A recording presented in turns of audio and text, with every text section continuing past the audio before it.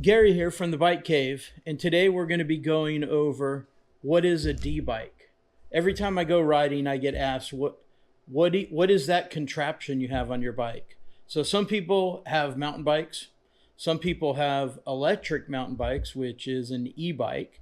What I have is a D-bike, and what that is me, my bike, and my dog. So how did I get started in D-biking?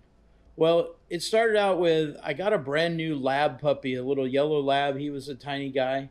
And as soon as he got big enough, I started letting him ride with me. And what he would do is he would run beside me. He would just follow along. Now, I didn't do this right away. I waited for him to get a little bit older, almost a year, before we started doing this. And he started running alongside of me. Well, if you have a lab, you probably know they're the most friendly dogs you can get. Super friendly. But mine is super vocal. So he likes to say hello. What I mean by hello, it's a loud barking sound. He's excited to see you and he wants to play. Charging 100 miles an hour at full speed and continuously barking. Now I know he's not going to hurt anybody. But the person on the other end of that who's maybe 100 yards away and sees this 80-pound animal running 100 miles an hour at them, they don't always understand that he's a friendly dog and he won't bite them. So I had to come up with a solution.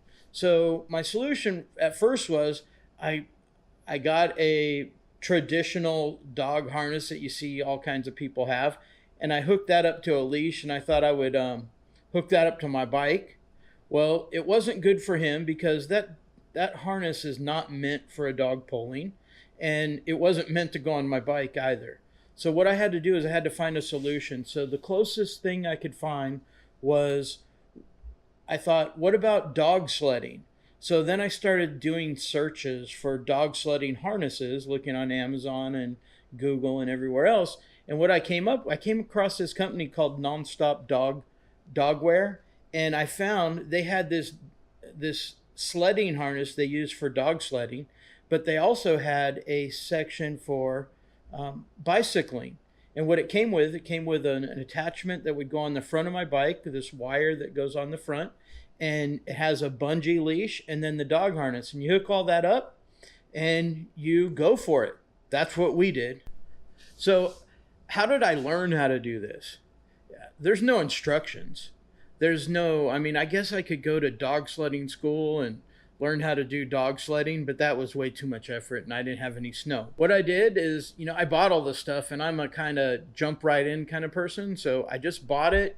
I hooked up my dog to it on the trail for the first time and away we went. So when I first started this process, I was trying to teach the dog right, left, stop, all these commands, way too confusing.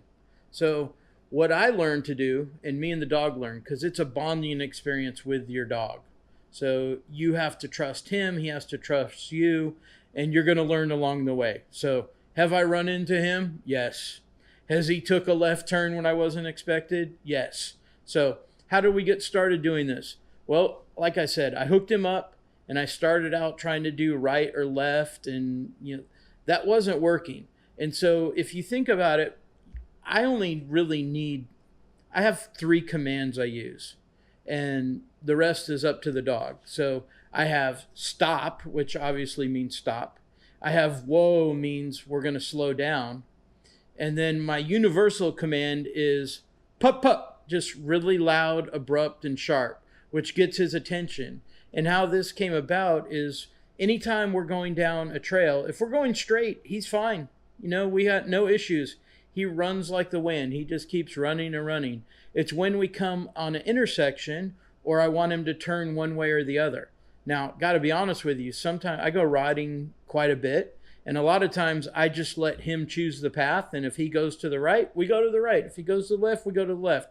But if it's in a situation where I want him to go right or left, what I've noticed is he looks back at me at every intersection. He'll just take a quick glance back, and if I see him going the direction I don't want him to go, all I do is go, pup, pup. Okay, come on, pup.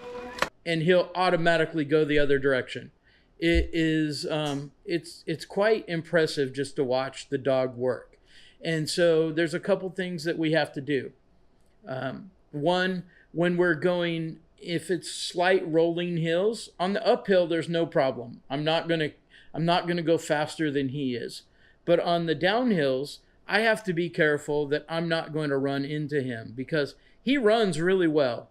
And he'll look back to see where I am all the time. It's just a quick glance. I mean, his head will just slightly turn and he'll look at me to see where I'm at. And he can sense where the tires are. But this has been built up over time.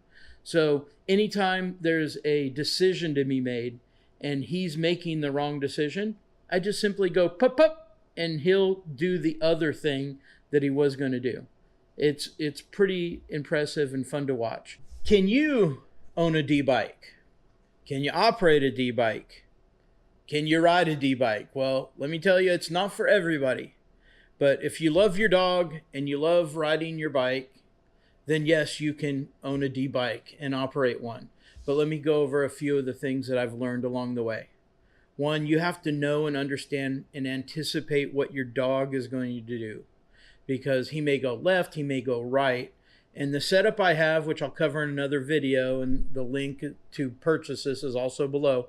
But the setup I have is one where people always think that the dog is going to pull your bike one way or the other. Well, the way this setup works is it's actually on the frame of the bike. It's not on the handlebars. So if he goes right or left, it's not a big deal, because he's not actually pulling my handlebars. He's just pulling the bike frame, and I weigh more than he does, and me and the bike combined weigh more than he does. So we can kind of control that with just the brakes. But anticipating that when he does it is helpful. And that's when you do one of the commands, pup pup or stop. We got 3. We got a whoa there also, but that's it. Oh, we have one more. Let's go.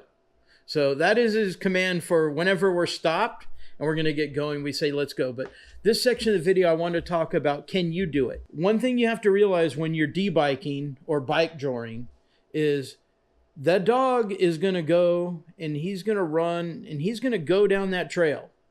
Now, do you think if there's a rock, a root, a stump, that really affects the dog? The dog is 4-wheel drive. He can cover those things without an issue. But what you have to realize when you're de-biking is you're going where the dog goes. So you can easily prevent him, control right or left. That's not too bad.